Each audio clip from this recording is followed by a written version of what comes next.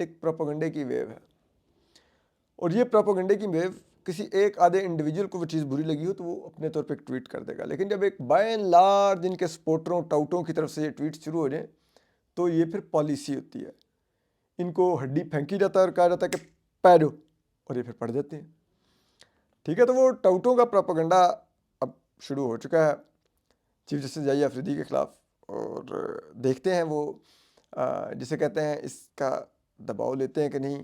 یہی ٹاؤٹ کچھ دن پہلے تک سٹوریاں کر رہے تھے کہ وہ دیکھو یحییٰ آفریدی تو سمارٹ فون ہی نہیں یوز کرتا، نہ ٹویٹر دیکھتا ہے، نہ یوٹیوب دیکھتا ہے، نہ ٹی وی دیکھتا ہے، صرف ایک انگریزی اخبار پڑھتا ہے۔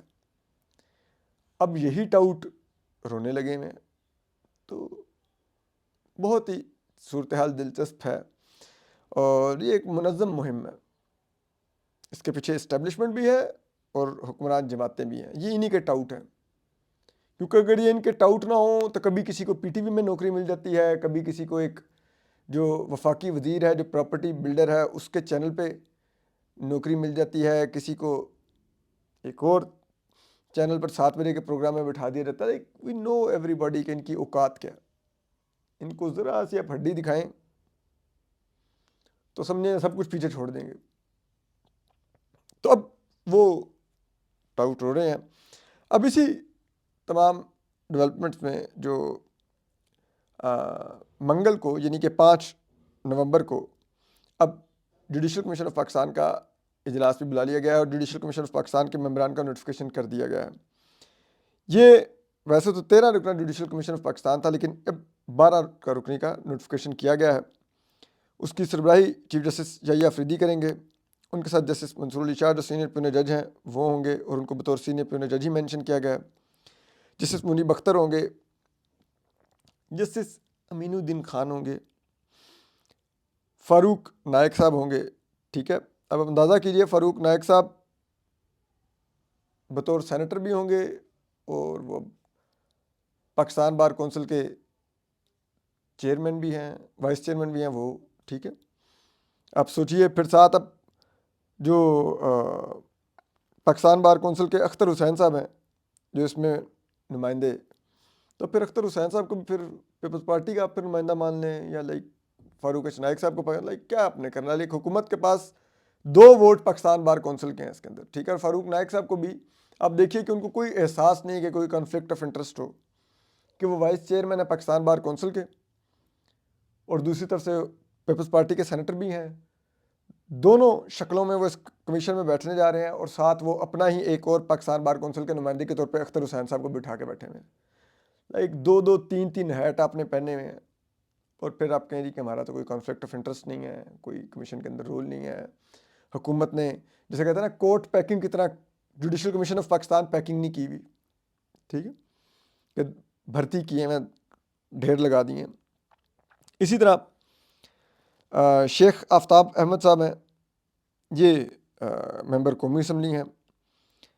اسی طرح ریحان خورشید صاحبہ ہیں، یہ جسے کہتے ہیں پرائیویٹ ممبر ہیں جو اسپیکر نے نامزد کیے ہیں، لیکن ان کا بیک گراؤنڈ آپ کو معلوم ہونا چاہیے۔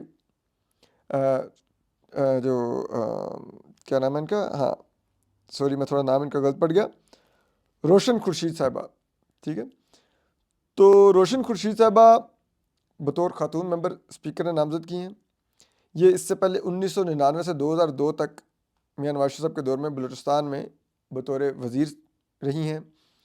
اسی طرح یہ 2003 سے 2009 تک سینیٹر رہی ہیں، اور 2018 کی جو نگران حکومت تھی یہ اس میں وزیر بھی رہی ہیں، تو یہ بھی حکومتی ہیں، ٹھیک ہے۔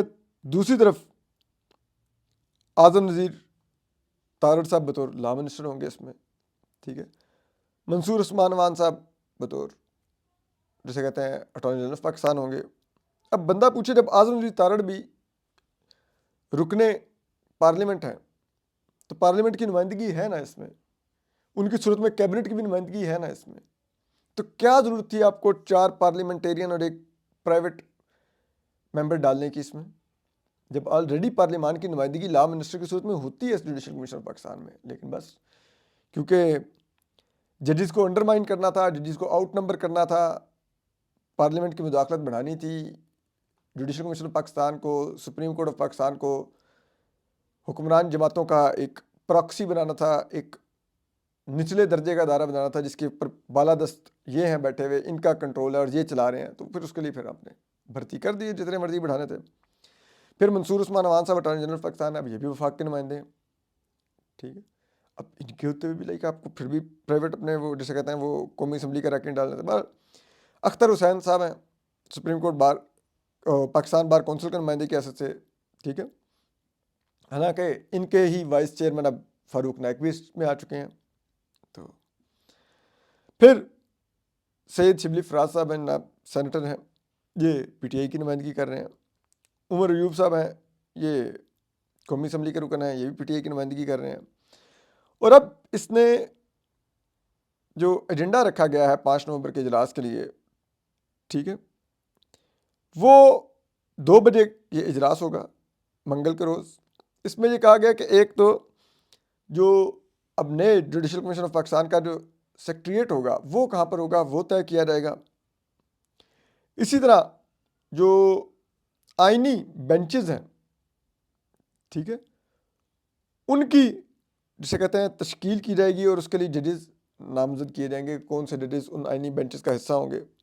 اور آخر میں یہ بھی ہے کہ اگر کوئی اور چیز بھی ڈسکس کرنی ہو تو وہ بھی کی جا سکتی ہے، بشرطے کہ چیئرمین چیف جسٹس یا آفریدی اس سے متفق ہوں کہ یہ چیز ڈسکس کی جانی چاہیے.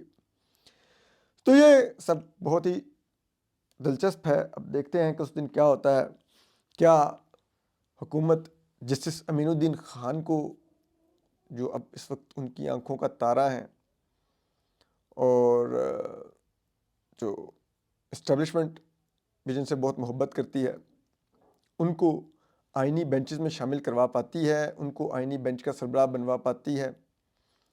یہ بہت دلچسپ ہوگا. بہت سے لوگ کہتے ہیں کہ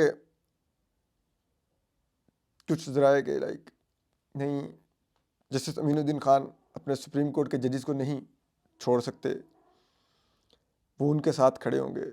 تو بڑی سادہ سی بات ہے، آپ ان کا نوٹ پڑھیے. انہوں نے عدالت کی رٹ ختم کرنے کی کوشش کی ہے مخصوص نشستوں کے کیس میں، اپنی ہی سپریم کورٹ کی رٹ ختم کرنے کی کوشش کی ہے. اور جب آپ اس حد تک آگے گئے ہو نا تو اس کے بعد آپ یو ٹرن نہیں لے سکتے. پھر آپ کہنا کہ میں اب کھڑا ہو جاؤں گا اور میں ڈٹ جاؤں گا اور میں ادارے کے ساتھ کھڑا ہوں.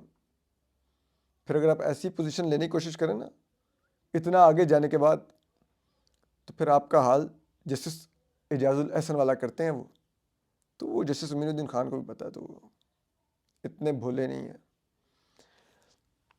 اب آ جاتے ہیں اس کے اوپر عمران خان صاحب کے اوپر. ان کے اوپر صورتحال بہت دلچسپ ہے.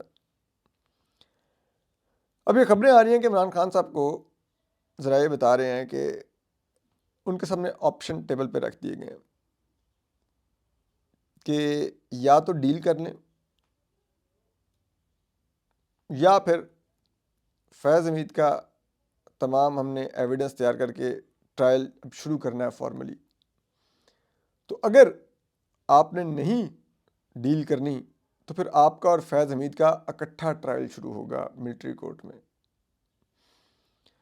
اور اگر آپ نے ڈیل کرنی ہے تو پھر ہم آپ کو جیل سے نکال بھی سکتے ہیں، لیکن ود اے سالڈ کمٹمنٹ کہ آپ جیل سے نکل کے اپوزیشن تو کریں گے لیکن حکومت گرانے کی کوئی کوشش نہیں کریں گے، کسی کوشش کا حصہ نہیں بنیں گے.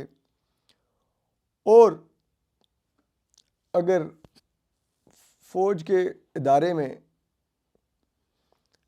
تسلسل برقرار رہتا ہے شخصیات کا تو اس میں بھی آپ کوئی ادھر ادھر کی پنگے بازیاں نہیں کریں گے. تو اگر عمران خان صاحب اس پر کنونس ہو جائیں گے تو ہو سکتا ہے آنے والے ہفتوں میں ان کو آپ جیل سے باہر آتا بھی دیکھ سکتے ہیں. بشرا بی بی کو تو انہی کمٹمنٹس کے تحت نکالا گیا ہے، اور بشرا بی بی کے ذمہ بھی ایک ٹاسک یہ ہے کہ وہ عمران خان صاحب کو بھی اب ذرا مائلڈ کریں اور ان کو سمجھائیں، اور ان کا انفلوئنس بھی ہے عمران خان صاحب پر۔ علی امین گنڈا پور صاحب تو پہلے سے کوشش کر رہے تھے، لیکن اب ان کی ساکھ ختم ہو چکی ہے پی ٹی آئی کی نظروں میں، تو پھر اس لیے وہ اب عمران خان صاحب کو کچھ منا نہیں سکتے، لیکن بشریٰ بی بی میں ابھی بھی یہ ہے کہ وہ منا سکتی ہیں۔ تو یہ سب کچھ ہو رہا ہے، اور اگر یہ نہیں ہوا تو پھر آپ دیکھ سکتے ہیں کہ آنے والے ہفتوں یا ماہ میں عمران خان صاحب کو آپ دیکھ سکتے ہیں کہ فوجی حکام اڈیالہ جیل سے اپنی تحویل میں لے کر اپنی جیل میں منتقل کر سکتے ہیں، کسی بھی میس وغیرہ میں ہوگی، جس طرح جنرل فیض حمید کو بھی ایک میس میں رکھا ہوا ہے، تو وہاں پر ان کا ٹرائل شروع ہو سکتا ہے۔ اور یہ ہمیں کریڈٹ دینا چاہیے کہ سب سے پہلے یہ خبر کہ عمران خان صاحب کے ملٹری کورٹ میں ٹرائل کا امکان ہے، یہ صحافی نصرت جاوید صاحب نے دی ہے، ہمارے سینئر ہیں، اور نصرت جاوید صاحب ہی تھے جنہوں نے سب سے پہلے خبر دی تھی کہ علی امین گنڈا پور کسی بھی وقت پہنچ سکتے ہیں، جب وہ مبینہ طور پر لاپتہ تھے اسلام آباد میں لانگ مارچ کے بعد، کہ وہ کسی وقت بھی کے پی اسمبلی میں آ سکتے ہیں، اور پھر وہ آئے تھے۔ نصرت جاوید صاحب ہی تھے جنہوں نے کنسسٹنٹ تھے کہ جسٹس منصور علی شاہ کو اسٹیبلشمنٹ نہیں بننے دے گی چیف جسٹس، اور وہ نہیں بن سکے۔ اور نصرت جاوید صاحب ہی تھے جنہوں نے کہا یوسف رضا گیلانی صاحب قومی اسمبلی سے منتخب ہوں گے بطور سینیٹر، وہ بنے۔ نصرت جاوید صاحب ہی تھے، لائک درس لاٹ، ابھی میرے اس طرح سے ذہن میں آ رہے ہیں نصرت جاوید صاحب کے کریڈٹ پر بہت بڑی بڑی خبریں ہیں، تو میں نصرت جاوید صاحب کی کریڈیبلٹی کا تو کوئی میچ ہی نہیں ہے۔ میں تو اگر وہ خبر دے رہے ہیں، میں تو اس پر کوسچن ریز کرنے کی بھی میری حیثیت نہیں ہے، وہ اتنے بڑے صحافی اور اتنے کریڈیبل جرنلسٹ ہیں، تو انہوں نے سب سے پہلے خبر دی ہے۔ تو اگر نصرت جاوید صاحب کہہ رہے ہیں کہ عمران خان صاحب کے فوجی عدالتوں میں ٹرائل کا امکان ہے، تو یقین مانیے اس خبر میں بہت وزن ہے۔ Don't under estimate the story, اور نہ ہی اس کو ویسے ہی برش سائڈ کیجیے کہ پروپیگنڈا ہے یا ڈرانے کے لیے کیا جا رہا ہے پی ٹی آئی کو، اس میں پھر بہت وزن ہے۔ اپنا خیال رکھیے، اللہ حافظ۔